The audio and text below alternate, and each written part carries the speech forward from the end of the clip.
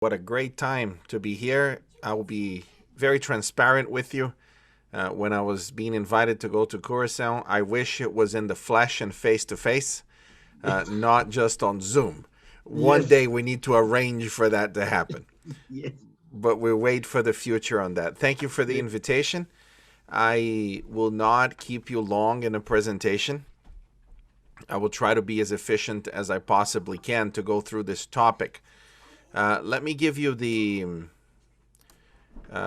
summary of my engagement with colporting. When I was 11 years old, my mother decided that she was being called to become a colporter, and she went colporting, and then came back when I was 12.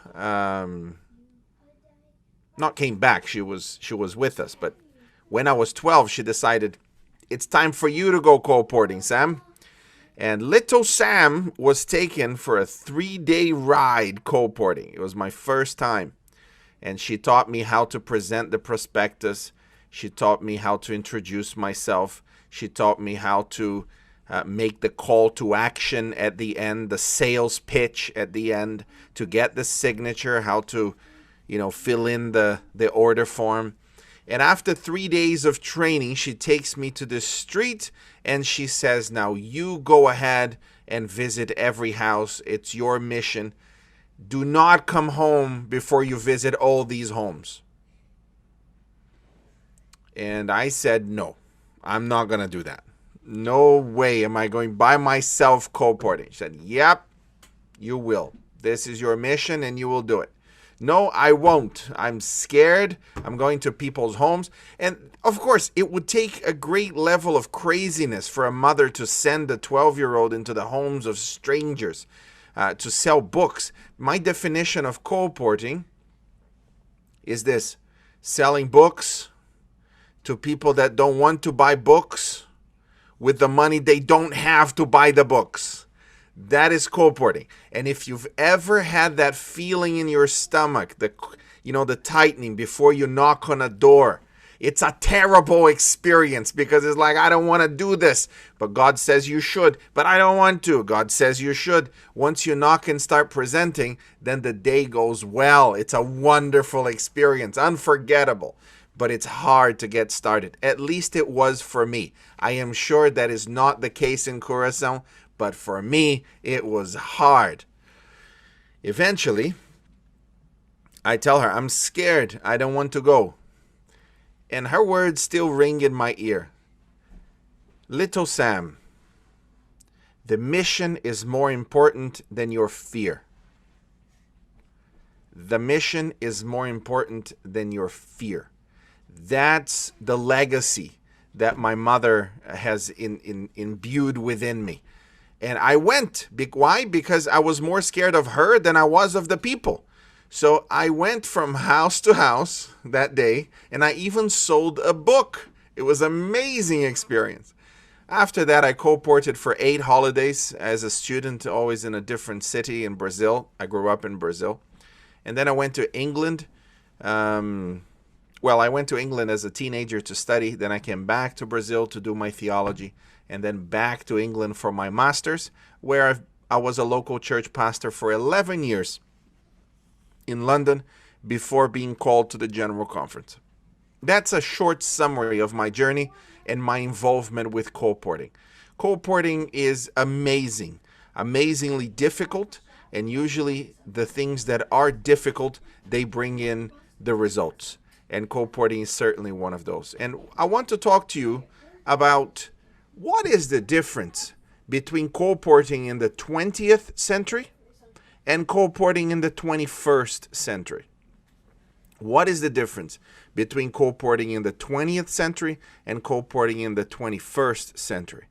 And this is an important question because this movement would not have been where it is if it wasn't for colporters. It was precisely the publishing work that led the growth in new territories. History is very clear about that. Pastor Apollo mentioned this in different ways. So for us, we need to understand that legacy. But it's also clear that the world in 2021 is very different from the world in 1921. We're not in the same world. How do we honor God's gifts within publishing in the 21st century? And all that I want to say, I'm going to say now. And then I'm going to explain it for the next few minutes. In the last century, the work of the colporteur was to visit a home, leave the book, and get out. The book was going to do the work. Because people did not have access to great knowledge. The colporteur was bringing something special from somewhere else and was bringing it to that family. That was in the last century. In this century, if there is one thing that people have, is access to content. They have access to Wikipedia. They have access to YouTube. There is nowhere better for you to go than YouTube to learn anything. Today, they already have access to this content. And most of the time, it is free. Some of the most renowned lifestyle physicians in the Adventist Church and outside the Adventist Church are all on YouTube for free. You can type a Google search and find the answers for free. The problem in the 21st century is not the lack of information. What is the problem? The problem is too much information. The work of the colporteur in the 21st century is not the work of bringing information. It's the work of curating information. It's the work of selecting among a million conversations about that subject, the one that will help the person the most. This is the book, this is the magazine, this is the resource that will help you the most. Therefore, in the 20th century, the colporteur will get in, sell the book, and get out. But in the 21st century, if you are not building long-term relationships with people, you have no future in colporting. It is as simple as that. If you are not building long-term relationships with people, there is no future for you in colporting. What does that mean? Now, my mother never stopped colporting. She's still a colporteur. This is like 30 years now. And she's switched from books to magazines. And she has given, it was her who gave me this insight. Because when she visits a school to sell magazines, you know, parenting and children's magazines, she builds a relationship with the parents. And she follows up with the parents, whether they buy it or not.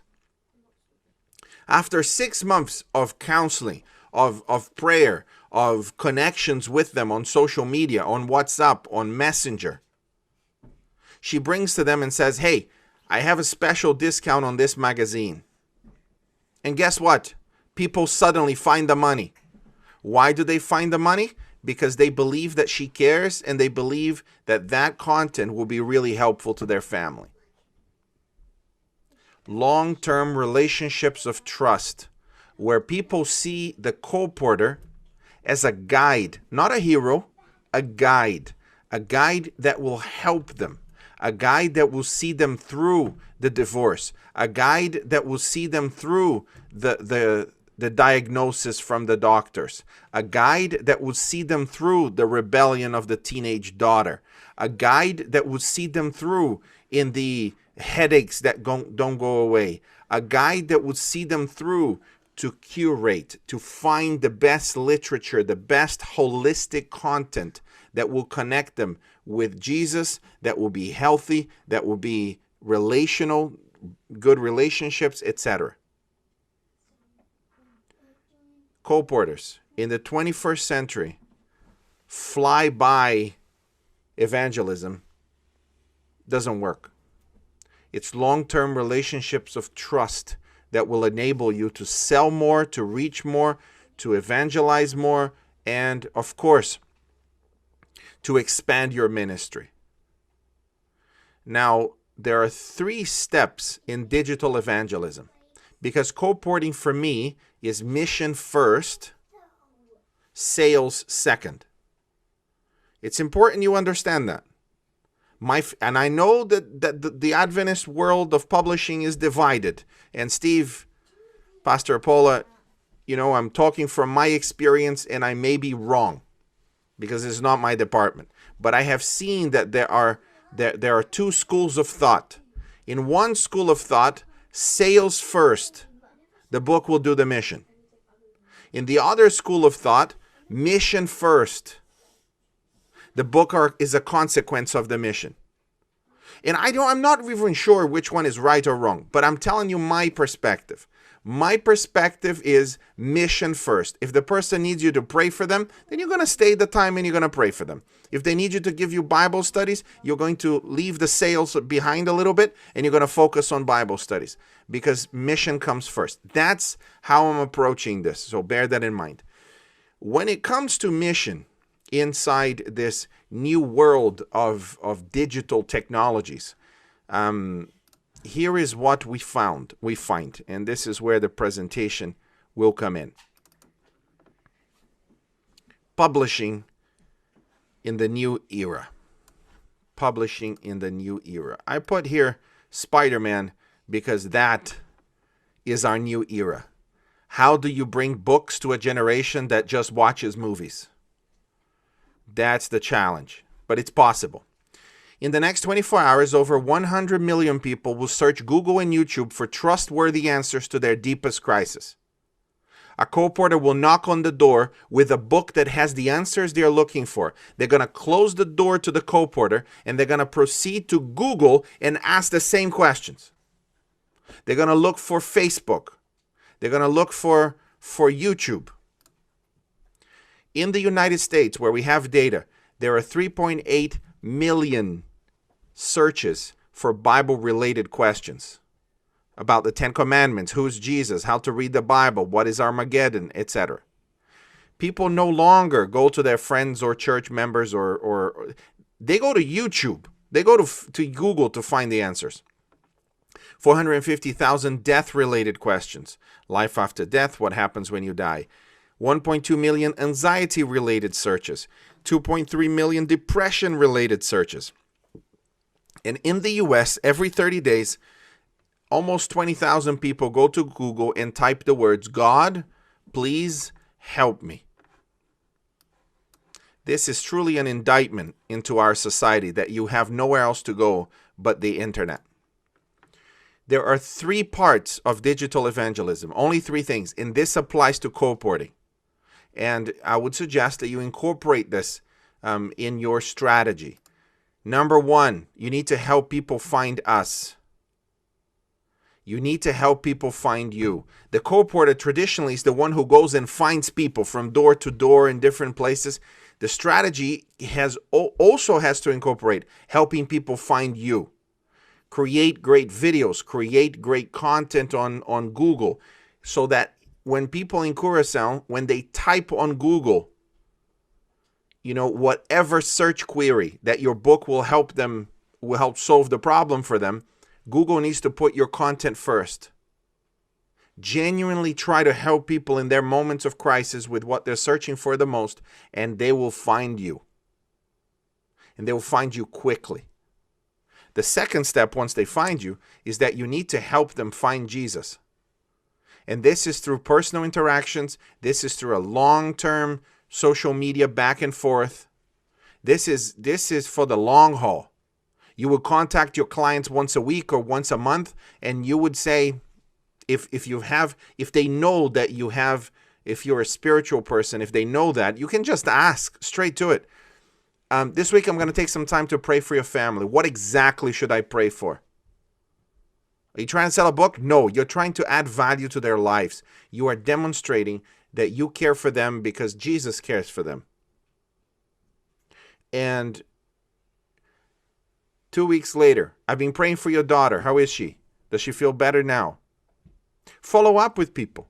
This is a long-term relationship. Think of clients as they will buy once or twice per year from you, but only if you are leading them into better. The videos that you send don't even have to be from the publishing house or anywhere like this. It could be a video that is just helpful to the situation that they're in. I came across this. I think you'll like it. so that they watch the video, they like it. When you come to them and say, this book is for you, guess what they're going to do? They're going to buy the book. That's what they're going to do because they trust you. This magazine subscription is very important and you need to read it every day. It will help you. After sending them 30 pieces of content throughout the year that has helped them, 2 of them have to do with sales, they are much more likely to buy it. Why? Because you are there for them. You're helping them step by step with all the questions about their lives. The third is that you need to help people find others. Have a plan that every 10 years you are training another colporteur. I'll say that again. Every 10 years, you need to plan to train another colporteur. If you're a colporteur, you have a responsibility to train others to also become colporteurs. Is it hard? Yes, it is hard. Is it important? Yes, absolutely important. Is this church going to finish the mission we have without colporteurs? No. To me, that's a simple answer. No. Well, if that's the case, we need more colporteurs, especially digital natives colporteurs. Do you know who's going to excel at making YouTube videos and helping people in their point of need and then selling books?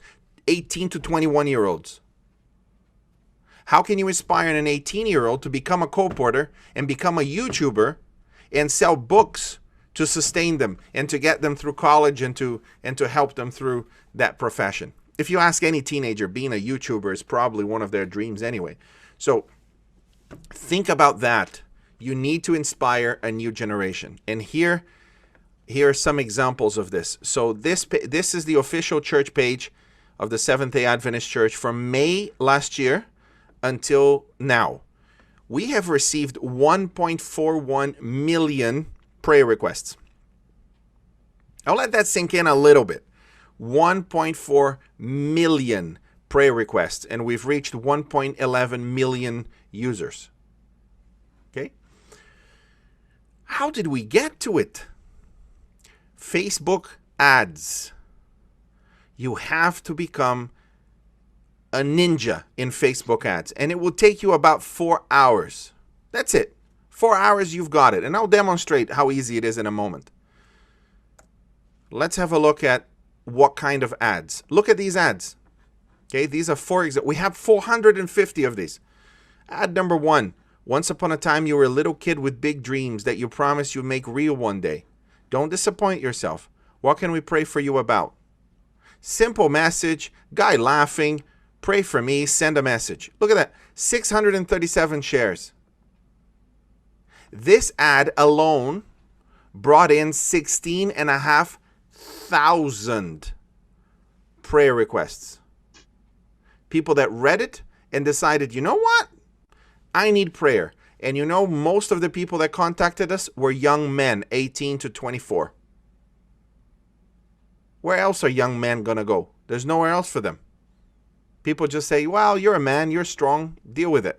No, they need support, they need help, and when you offer prayer, here it is. This other ad, and so these are some examples of the ads and the results they had.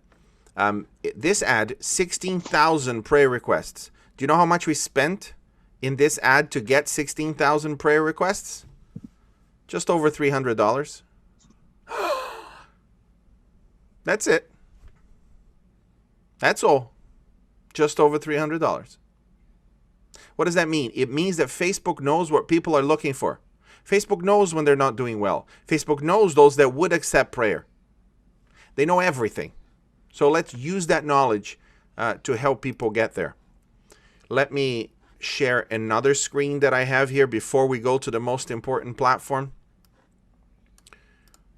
Share. And then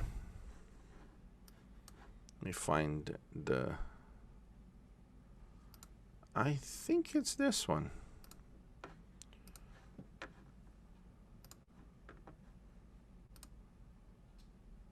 Yes. Can you see my screen? Facebook screen? Yeah? Okay, good. Yes. What does this say over here? Can you read it? Curacao. Okay. So this is where Facebook defines the location where you are focusing on. So in Curacao, there are 120,000 people on Facebook and Instagram. Does that sound about right? Yes, maybe. Okay, It looks like. good. Now let's see how many Adventists there are in Curacao. What's the membership there, please? We are around 8,000, Oh, the membership. watch this. Facebook tells me that there are 7,100 people in Curacao interested in the Adventist Church. That's pretty close, huh? Mhm. Now, Here. let's take, if you want to reach your members, this is it. There's no cheaper or better way to do it. They're all on Facebook or Instagram.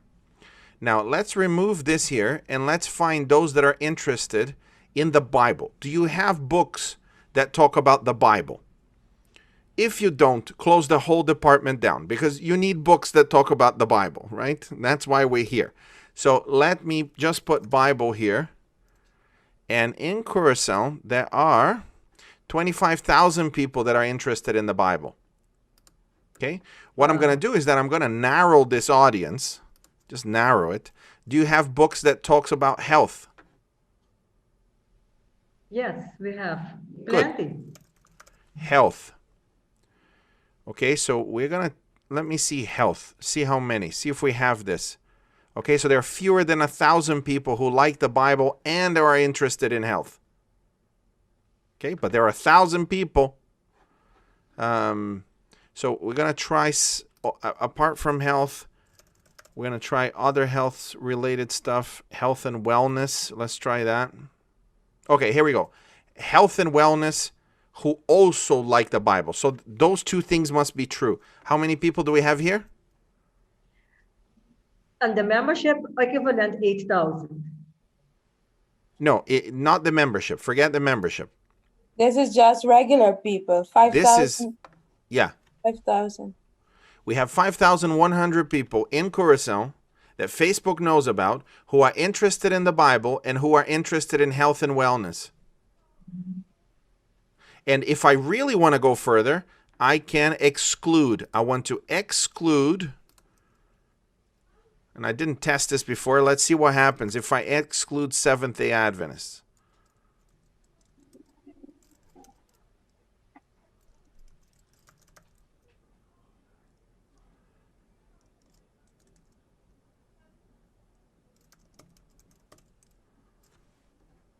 See if it will load. Not yet.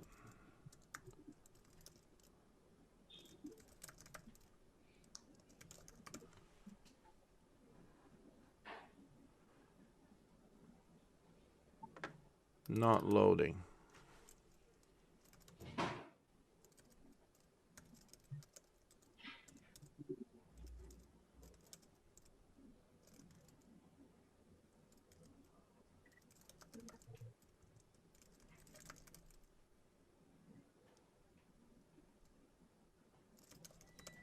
Let me try that. Adventist Church, no.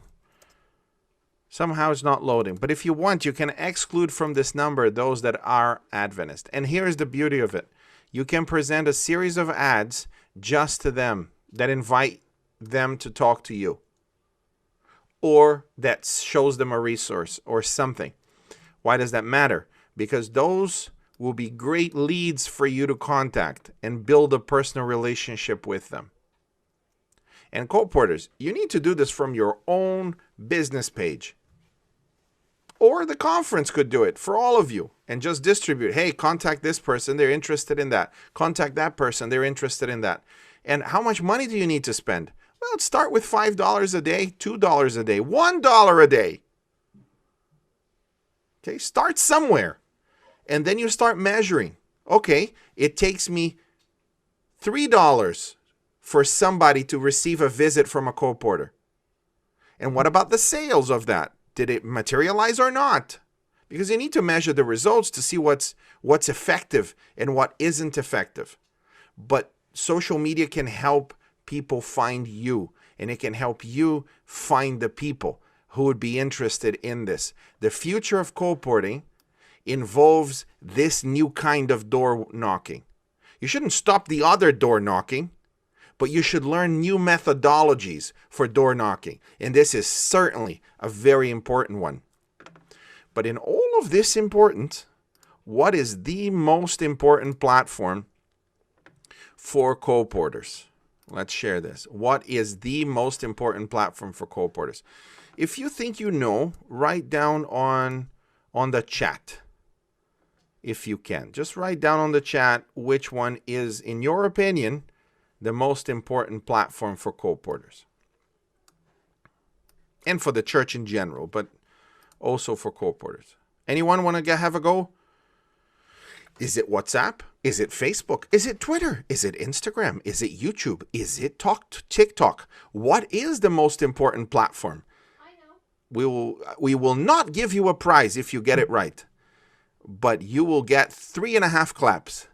So YouTube is said. Google is another option. Who else? Come on, folks. You can do it.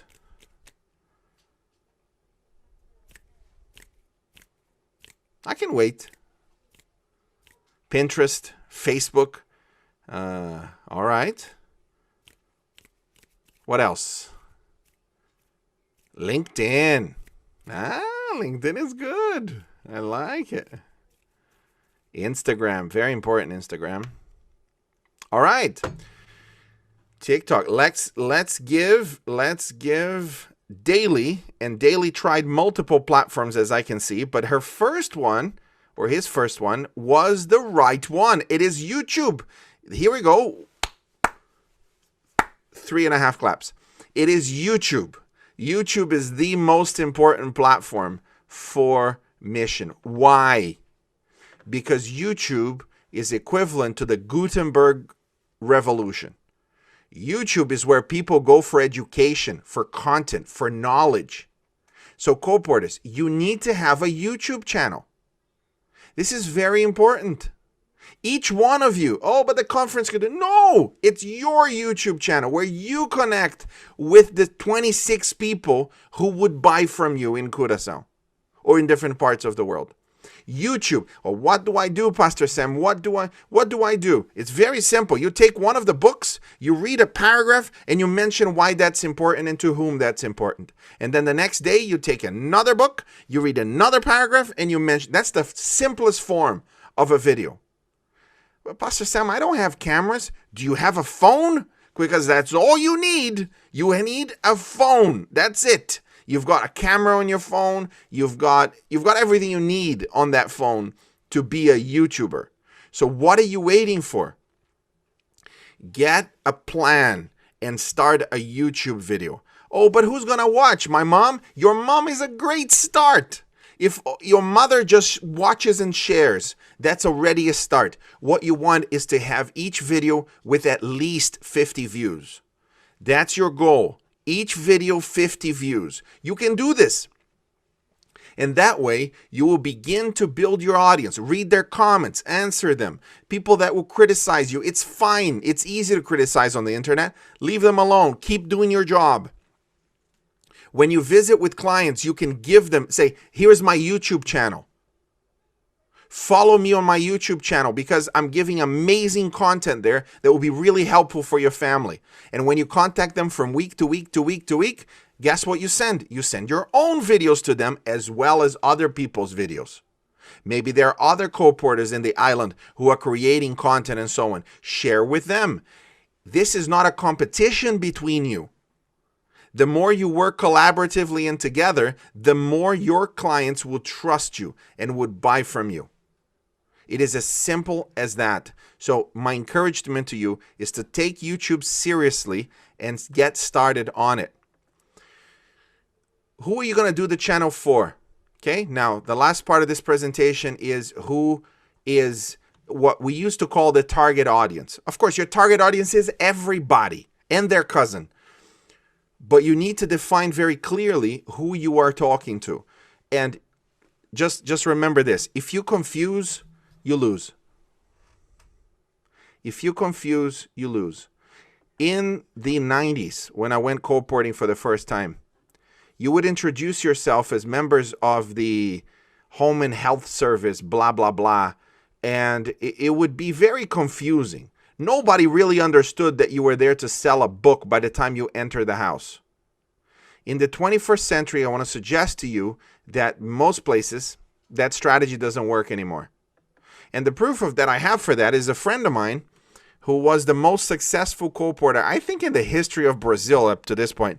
When others of us took like a whole month to sell a scholarship, he would sell a scholarship every 2 days.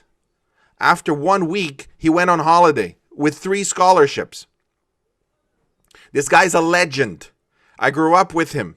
And what was his strategy? It's crazy, right? Absolutely crazy. What was his strategy? He went with flip-flops, a shirt, a badge, his little thing, and the first sentence would be, "Hi, I'm a student, and to pay my fees, I'm here to sell you books that would change your life. Are you interested?" And if you colported for a while, you know that's not a good sentence. You do not lead with this, except that he sold more than all of us combined every single day. He only colported 6 days per holiday. And then he went off on holiday. Why? Because he was very direct with people. I was knocking on maybe 12, 15 doors per day. He was knocking on 70, 80 doors per day. And he was very direct with people. Why? If you confuse, you lose. He was only spending his time with people that were willing to buy from him at that point. If you confuse, you lose. How do you define the people that you're trying to reach? 3 questions for you. You can write them down because they really matter. Question number 1, who is your perfect visitor? Who is your perfect visitor for your YouTube channel, for your page? And who is the perfect person for you to visit? So I'm looking here and I'm thinking, well, I can't see any of you here from the colporters, so I can't infer anything. But if you are a 21-year-old woman, I suggest that your perfect viewer isn't a man in his 40s. Who is your perfect viewer, visitor?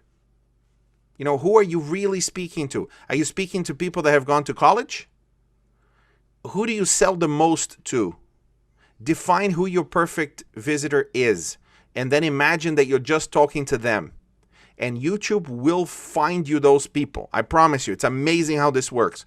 YouTube will find people that will engage with you if you're very clear on who you're talking to. Second question, what do you want them to know and feel? Very important question. What do you want them to know, and how do you want them to feel on your channel? Do you want them to feel excited? Do you want them to feel secure? Do you want them to feel worried? Do you want them to have a sense of fear? Because fear is a great motivator for sales, and so is love. And the most powerful is when you put both together. What do you want them to know? And what do you want them to feel at that point? Finally, what do you want them to do? Do you want them to just visit your channel? Do you want them to buy from you at that point? What do you want them to do? So, another important question. If you confuse, you lose. Be very clear with what you're trying to say and to whom you're trying to say it. Make your videos straight to the point, even if they are 1 hour long. It's okay. Have one thing that you're going to discuss. Have an expert to discuss it. And that's your video. You will establish yourself as an authority in this holistic lifestyle, right? That's you. You help people to be to find, you know, joy and healing and freedom and hope and all the wonderful things, family and so on, holistically. Why? Because you have the Bible as the basis. Should I say that I'm a Seventh-day Adventist? What about the prejudice? All of the ads that you saw had very clearly that they were Seventh-day Adventist. Did it turn people off? No. Don't worry about the reputation of the church. Be transparent about who you are. Don't try to trick people. They don't like being tricked. They don't like you taking a bait and then switching afterwards. They really reject that a lot. So I want to encourage you that there is plenty of room for colporteurs in the 21st century. There are more opportunities for colporting in the 21st century than in the 20th century. We just need to walk boldly through the tools and this new world that God created for us. May God bless the work that is happening in Curacao. I can see that colporting is alive and well, and I want to thank you for the privilege of talking to you today and listening to you today. And if there are any questions, I'll be happy to engage with you on those.